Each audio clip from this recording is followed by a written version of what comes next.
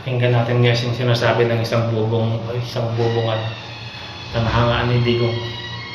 Isang bubong DDS guys. Pakinggan niyo yung sinasabi. Nasa rally. Ang rally dapat ngayon ay tungkol sa korupsyon. Tapos galit ng galit sa kay Bongbong Marcos. Hindi naman si Bongbong Marcos ang nangurakot. Talagang tanga-tanga talaga mag-isip ng mga dilis. O, pakinggan niyo. Sinuportahan ko yan. Pero yung pagpagawa niya ngayon, nakabalustukan kasi lumalingan si Marcos na parang. Walang niya yan. Si Marcos, tinulungan ko yan. From Region 1, Region 2, Andre. Utang ina mo Marcos, walang niya ka. Tarantado ka. Ano bang ginawa ni Marcos guys? Si Marcos ang dahilan kaya na ano yung mga korupsyon. Kaya nakikita natin ngayon, nalalaman natin ngayon kung sino yung mga kurakot. Pero bakit itong kalbo na ito, basta kalbo salot talaga ito. Tinulungan din niya si Marcos. Siguro ano kung gusto niya, kung tinulungan niya, kahit mali yung gusto niya, tulungan din siya kahit mali. Kalbo talaga ito, walang utak to. Bakit si Marcos pagre-resign, hindi naman siya nangurakot? Bakit si Marcos ang magre-resign? Siya ang dahilan kaya natin nalaman kung sino yung mga kurap ngayon ng mga congressman at ng mga kontraktor. Tapos itong kalbo na to, ang utak nito, baliktad ang utak ng kalbo to sa taltukan.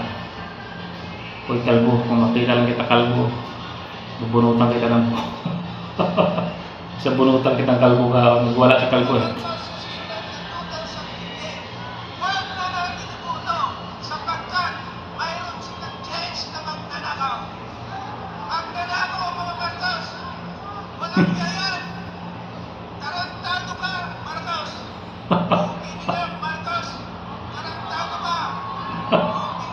Malas sa taray nila walang modo, nagmumura. Parang magnanakaw si Marcos, kung meron kayong magnanakaw, yun, mga korap yung si Sara. Kasi talagang nung Defense Secretary pa siya, nakikita na yun, may mga ebidensya na nga eh. Itong si Marcos, pag-resign ninyo, siya nga yung dahilan kaya nga alam natin kung sino yung mga kurakot na yun. Tapos itong kalbo na to, walang utak, harap sa bunutan.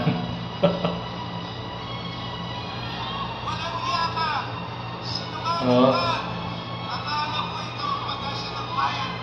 Ikaw palang papatay sa bayan. Alam niya. Kaya sa 2020, pantay sa natin yung bago mo yung Duterte. Ayaw mo ng korap, tapos si Sarang ipalit mo. Sira ulo ka ba? Eh, may nakabinbin ng kaso yan sa 400 million na higit 11 days na naubos na, tapos mapapalit mo yan. Kung paalisin mo yan si Marcos, huwag ganap na lang ng iba. Kahit si Leni Robredo pwede na. Pero si Sara, huwag na